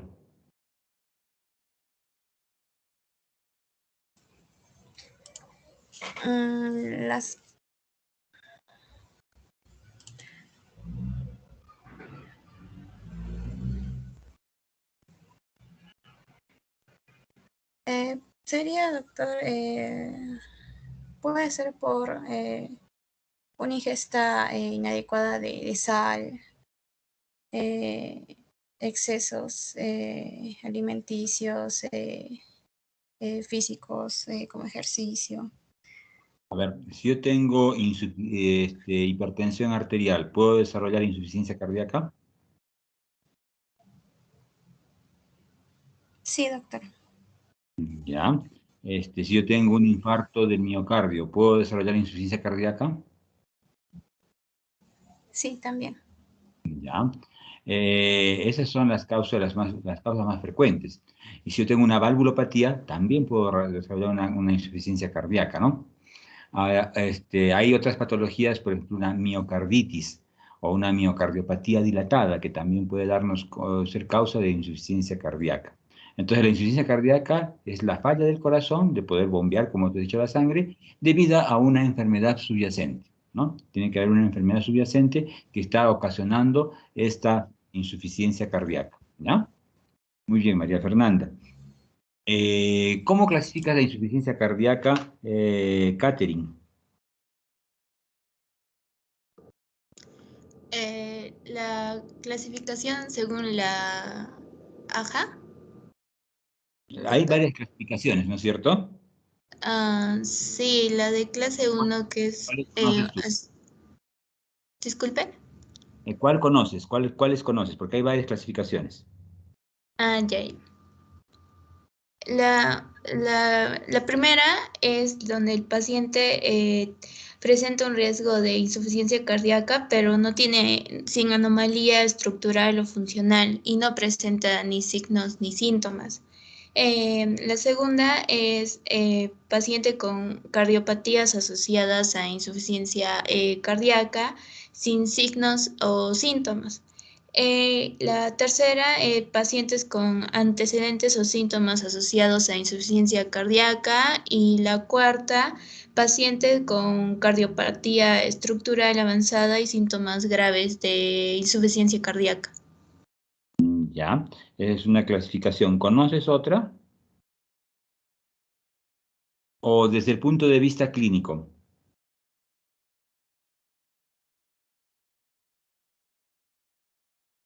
Solo conocería esa clasificación de New York Heart Association. ¿Cuál es esa clasificación de Nueva York? Donde la clase 1 es una enfermedad cardíaca pero sin síntomas ni limitación de actividad física normal. La clase 2, una limitación leve de actividad física.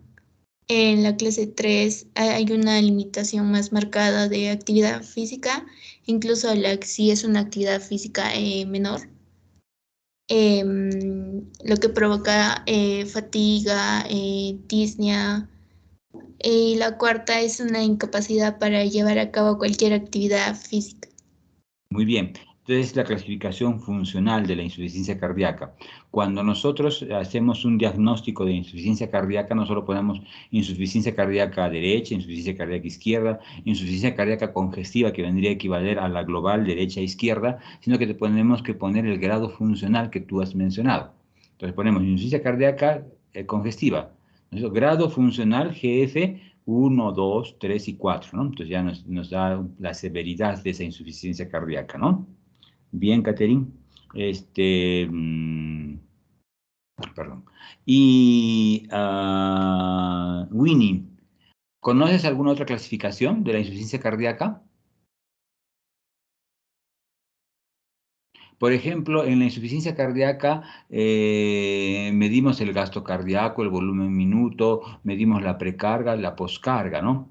Entonces, todos llevan una relación directamente proporcional. Aumenta el volumen minuto, aumenta el gasto cardíaco. Entonces, hay aumento también de todo lo que está congestionando el corazón. Pero la que es inversamente proporcional es la poscarga, ¿no? Si esa aumenta, disminuiría los signos de insuficiencia cardíaca. Si esa disminuye, aumentaría los signos de insuficiencia cardíaca. Va inversamente proporcional. Y cuando nosotros podemos sospechar de insuficiencia cardíaca, hacemos un ecocardio, como he mencionado en la exposición. Y en la ecocardiografía lo que vemos es cuánto se contrae el corazón, para ver si hay una disfunción sistólica o una disfunción. ¿Cuál sería la otra disfunción, Winnie?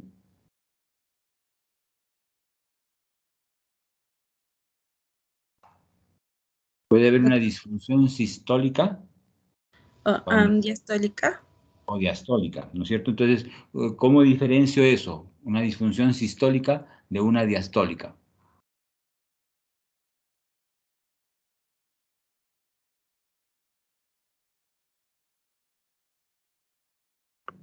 ¿La diastólica? Sí, doctor, sí, en la sistólica va a haber una disminución de la contracción en el ventrículo izquierdo, y en la diastólica la contractibilidad del ventrículo izquierdo es normal.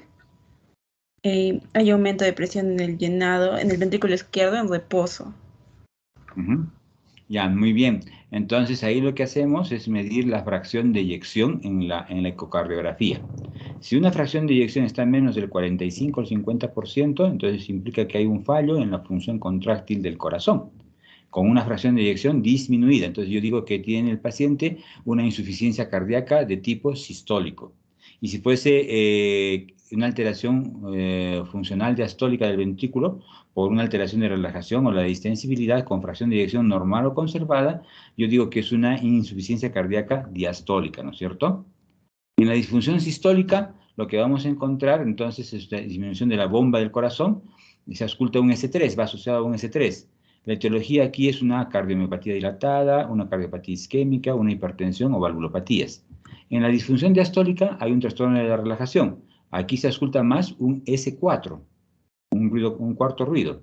La etiología es hipertensión, cardiopatía isquémica, miocardiopatía hipertrófica y cardiomiopatía restrictiva. Entonces, resumiendo, para la disfunción sistólica y la disfunción diastólica, tenemos que aquí en la disfunción sistólica la contractibilidad está deteriorada. En la disfunción diastólica, la alteración de llenado y relajación. Acá el músculo cardíaco en la sistólica es delgado y débil. Acá, en cambio, en la disfunción diastólica el músculo cardíaco es grueso y rígido. En la sistólica la fracción de eyección está baja y aquí la fracción de eyección es normal. Las etiologías. Tenemos la sistólica, enfermedad isquémica, hipertensión crónica, cardiomiopatía dilatada y miocarditis.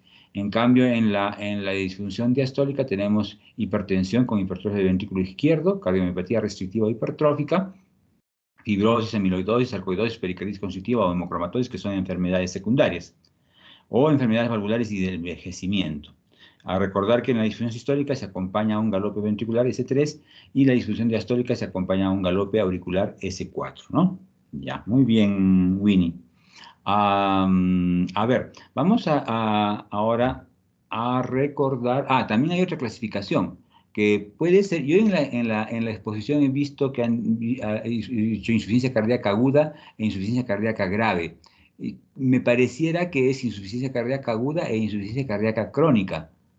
No sé si estoy yo en el error. ¿Me puede aclarar quién expuso? Me parece que fue... Sí, doctor, me equivoqué al tipear, al hacer la diapositiva, es aguda y crónica. Aguda y crónica, ¿no es cierto? Que sería otra clasificación, ¿no? O la anterógrada y la retrógrada que también has mencionado, ¿no es cierto? Ahora, también tenemos la insuficiencia con gasto elevado y gasto bajo. Entonces, aquí tenemos que recordar cuáles son con gasto elevado, como han mencionado en la exposición, ¿no? Hipertiroidismo, anemia, fístulas arteriovenosas, beriberi, Payet, ¿no es cierto? Cursan con un gasto cardíaco elevado, ¿no? Muy bien. La anterógrada y la retrógrada, que sí la han expuesto muy bien, la aguda y la crónica, que también la han puesto bien, ¿no? Esa es la clasificación estructural que también ha expuesto muy bien. En los pacientes mayores, en los adultos mayores, no hay tanto, a veces edemas, no hay tanto ingurgitación yugular o reflujo hepatoyugular, hepatomegalia, sino lo que hay es más nicturia, por ejemplo, ¿no? O disnea. Entonces, son síntomas a veces que nos hacen confundir la nicturia solamente, presenta nicturia y está el paciente con insuficiencia cardíaca, ¿no? Muy bien. Esta es la clasificación funcional, que nunca se olviden de ponerla cuando hacemos un diagnóstico de insuficiencia cardíaca en su diagnóstico. Eso es importante. Y estos son los criterios de Framingham que ya los han mencionado. Muy bien. La hipertensión venocapilar también. Ahora vamos a hacer unas preguntas para completar esto. A ver, vamos a compartir aquí. A ver.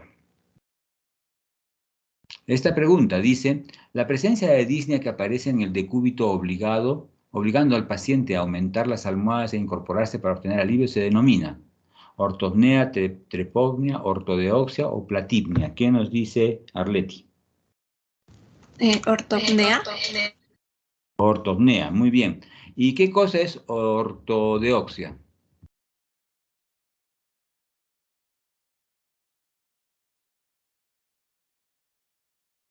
¿Qué cosa es ortodeoxia? Arleti.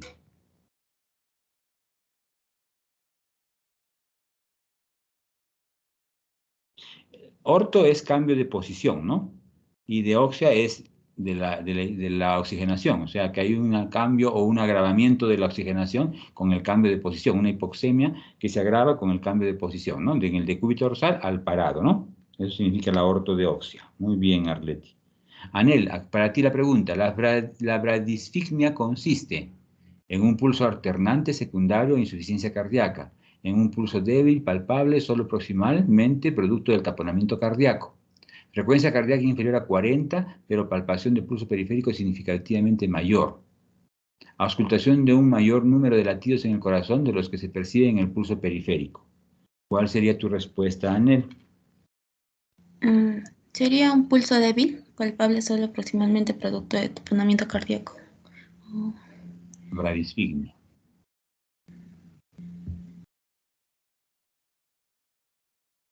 Brady es disminución de la frecuencia, ¿no es cierto? Entonces sería una auscultación de mayor número de latidos del corazón que los que percibe el pulso periférico, ¿no es cierto? Sería la bradisfigmia. ¿Ya? ¿Cuál es el pulso alternante que se presenta en la insuficiencia cardíaca, que es el tema de hoy? Anel.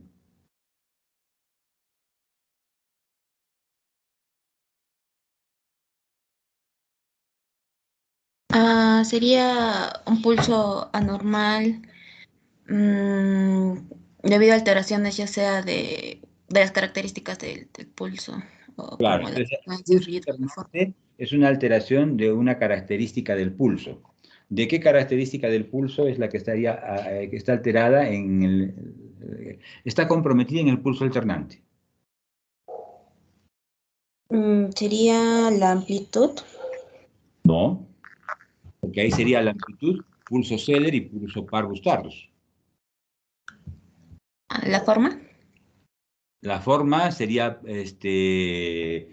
pulso dícroto, pulso bisvierens.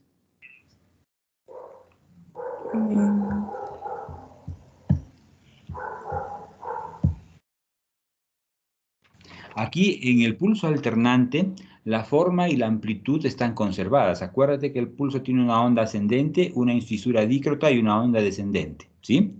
Entonces, esa forma y esa amplitud del pulso es normal. Lo que se altera en el pulso alternante es la característica del pulso de la igualdad. O sea que yo tengo un pulso normal, ¿no es cierto?, en un momento, después más pequeño, después otra vez normal, más pequeño y normal, ¿no? Entonces, no está alterada la forma, sino está alterada la igualdad del pulso, ¿no?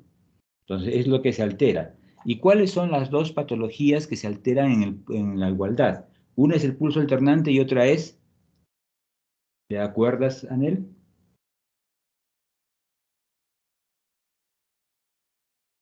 El pulso. El paradójico.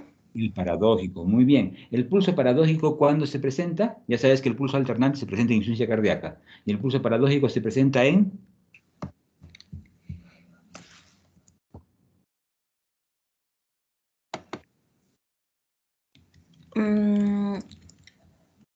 En pericarditis. Pericarditis constrictiva, ¿no es cierto? Entonces, el pulso alternante, el pulso paradójico, perdón, no es un pulso que lo vamos a encontrar con la palpación. Es un pulso que lo vamos a poder hallar con el esfingomanómetro, con el tensiómetro. Entonces, yo pongo el tensiómetro, ¿no es cierto? Tomo la presión ahí y después lo hago inspirar. Si hay una diferencia de más de 10 milímetros, digo que hay un pulso paradójico, ¿no es cierto?, en la inspiración, ¿sí? Entonces no es un pulso que lo voy a encontrar a la palpación, sino es un pulso que lo voy a encontrar con el esfingomanómetro, con el tensiómetro, es el pulso paradójico. El pulso alternante sí lo puedo encontrar con la palpación o lo puedo encontrar también con el esfingomanómetro. Ok, Anel. Esta otra pregunta para Britney. Mujer de 52 años con historia de disnea de esfuerzo progresiva y ortopnea. Al examen tenemos cardíaco, se encuentra un pulso irregular, un soplo diastólico en el ápex irradiado a la axila. ¿Qué se debe sospechar?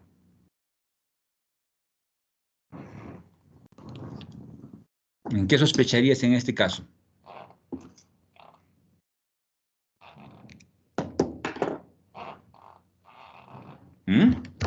Britney.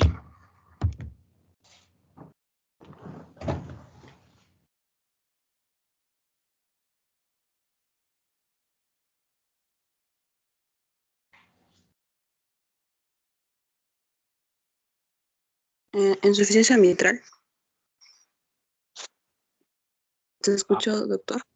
Sí, te escucho, muy bien, insuficiencia mitral. Vamos a ver a chequear. A ver.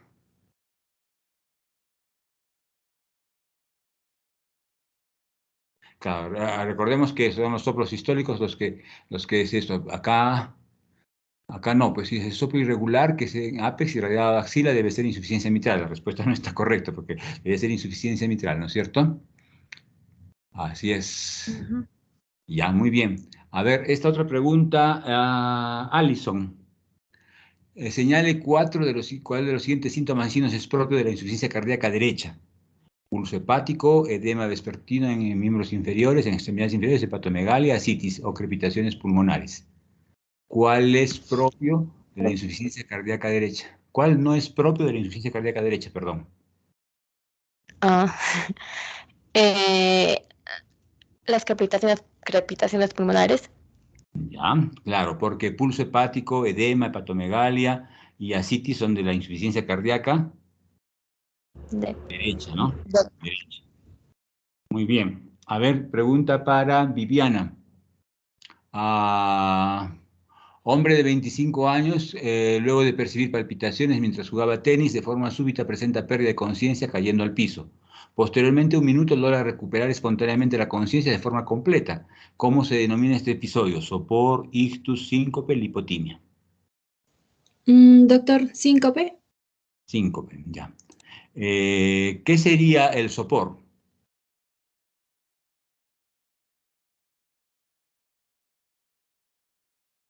¿Qué sería el sopor? Un estado que se encuentra en el medio entre el sueño y la vigilia, pero que no Claro, se ha perdido la conciencia, doctor. es un estado de conciencia el sopor, ¿no es cierto?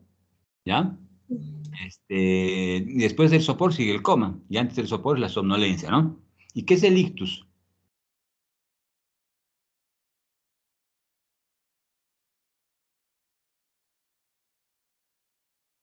¿Qué vendría a ser el ictus? También se le conoce como apoplejía. Y también se le conoce como accidente cerebrovascular, ¿no? Entonces, cuando te ponen ahí ictus, tú piensas en un accidente cerebrovascular, una enfermedad cerebrovascular, ACV o SB, piensas en una apoplejía, ¿no? Que son como sinónimos. Ok, Viviana. Ahora esta pregunta para Débora. Paciente con antecedente de insuficiencia cardíaca en tratamiento. Comenta que su disnea, ¿no es cierto? Inicia a levantarse, ir al baño y vestirse, aliviando con el reposo. ¿Qué capacidad funcional tiene el paciente?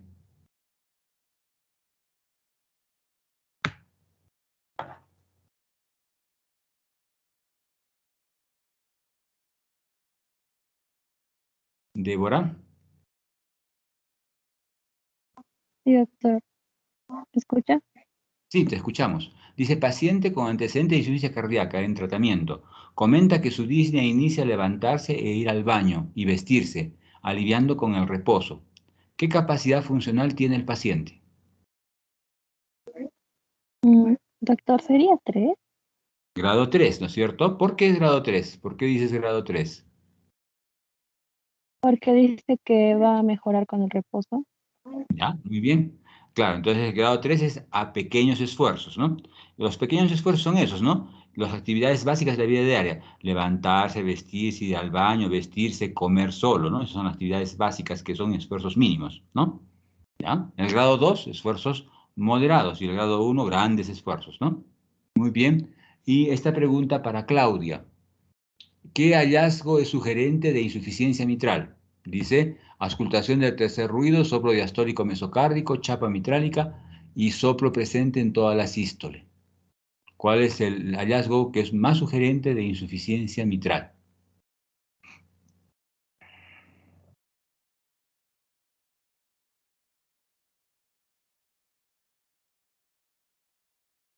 ¿Qué dices, Claudia?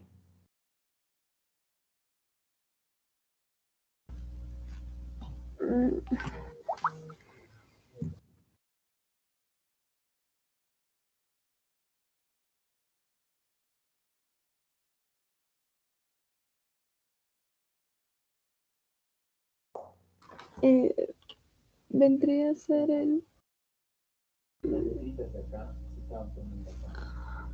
soplo presente en toda la sístole. Claro, es un soplo holosistólico, ¿no es cierto? Un soplo diastólico en mesocardio es más de estenosis aórtica. Vamos a chequear. Un tercer ruido también es un ritmo de galope a ventricular. En soplo sistólico en todas las sístoles. Muy bien. Ok, muy bien. Entonces terminamos la práctica hoy. Y mañana me estaba comunicando María Fernanda que vamos a tener práctica. No puedo ir en la mañana, pero vamos a tener práctica en la noche. Me han dicho que ustedes pueden hacerlo de 8 a 10, ¿no es cierto?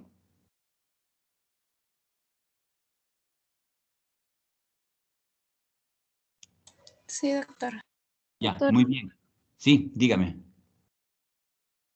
Entonces, Sí, de 8 a ya, 10. entonces confirmado mañana de 8 a 10, ¿ya? De la noche. Bien, entonces nos estamos viendo mañana en ese horario y en el mismo canal. Gracias por su atención, cuídense mucho. Gracias, doctor. Igualmente, Gracias, doctor. gracias. Muy bien, nos estamos viendo. Gracias, hasta mañana.